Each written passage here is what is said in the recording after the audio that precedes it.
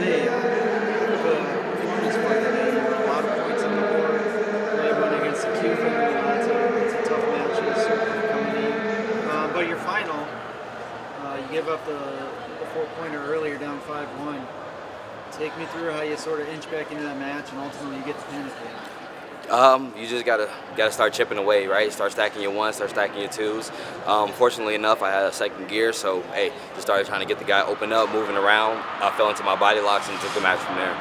Yeah, it seems like you've evolved, right? So thinking back to your days when you were winning junior worlds, you're high flying, you're trying every move under the sun, right? You're just going. You're always really exciting to watch. Not that you are now, but it seems like you're more controlled and precise with your movements. Is that something you're thinking about? Definitely more precise, definitely more controlled. It's just one of those things that come with maturity, I think. The WCAP program has been huge for me. World-class athlete program has been huge for me. Just good partners, and just being able to kind of hone my skills and talents, and knowing match strategy helps a lot. Yeah. So talk to me about that match with the Cuban. Right? You wrestled him before. Obviously, he was really tough. That's when you had to come from behind too to get the job done.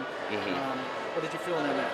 Just two competitors in there, man. He doesn't want to lose. He's representing his country. I don't want to lose. I'm representing my country. And, where we were 1-1 against each other. He beat me in 2019, and I ended up beating him in 2023 at the Pan Am Championship. So to come here and beat him again, it's just showing my growth, to just continue growing.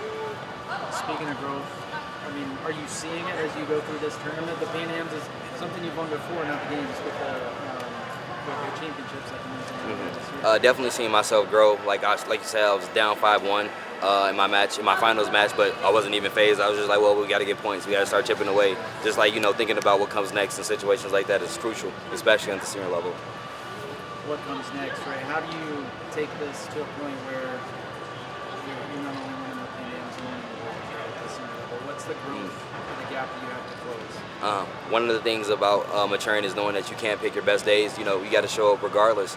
At the World Championship, I can definitely say it wasn't my conditioning that was an issue. I was pushing people all around the mat, really controlling the pace of the matches. But unfortunately, just fell short. So you can't really sit there glumming over that. You just got to kind of move on to the next best thing. So my coach immediately got us into a camp. We immediately started working on parterre and other things, and we see the improvement. People are growing. We're getting better. So, one foot in front of the other at this point. Talk about winning the gold with Will Darby and your teammates with the Army, but also you set the tone for the team as a whole, right? 2 gold medals. Yeah. I call myself the leader of USA Greco-Roman wrestling, but in order to be a leader, you got to watch leaders. Ildar is a leader for me, all right? So being in the room, watching him and just how calm, collective he is, it helps me out a lot. It made me feel good seeing him go out there, win a tough match. I'm like, well, I'm not losing either, because, I want to make him happy. I want to make our program happy in WCAP, Team USA Greco, so forth, Team USA as a whole, right? But it was electric, definitely come back win, man. It was super duper fun. Everybody was into it. They were booing me at first. I was like, oh dang, man, I didn't do anything to these people. But to come back from behind and give these people a show was great. It's good for USA Greco. As the self-appointed leader of Team USA Greco, just Team USA, what does that mean to you? Representing Team USA at an event like this? You are a leader, right? Mm-hmm. It means everything to me, honestly, just because I've been all over the world and I always come home. There's no place that I would rather be than in America. So being able to just go out there, compete, win, and then showing kids that, hey, this is another route. You could be just like me, coming over here overseas and just grinding it out with people. You don't have to be a football player. You don't have to be a basketball player. There's other ways you can represent your country and be an outstanding citizen in your community. So. Very blessed to be able to have that privilege. Very blessed to be an ambassador of the sport. Last thing for you, what's been the best moment or favorite memory from your time on this trip outside of competing? Cutting weight.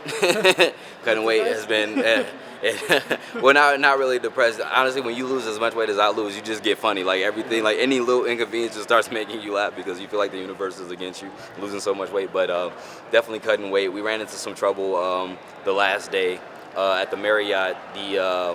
The whole place just started flooding, so we weren't able to get on the treadmills, we weren't able to get sauna, so I'm just like, that's the universe telling me I'm not gonna make this weight right there. But luckily the ladies who were working in the gym were super duper nice, let us in there, so shout out to those people. If you ever see this video, thank you guys. I'm here because of you. Awesome. Anything else anyone else you want to shout out to? No, thank you everybody for the support. Pan American Games, Kamal Bey champion out. You know.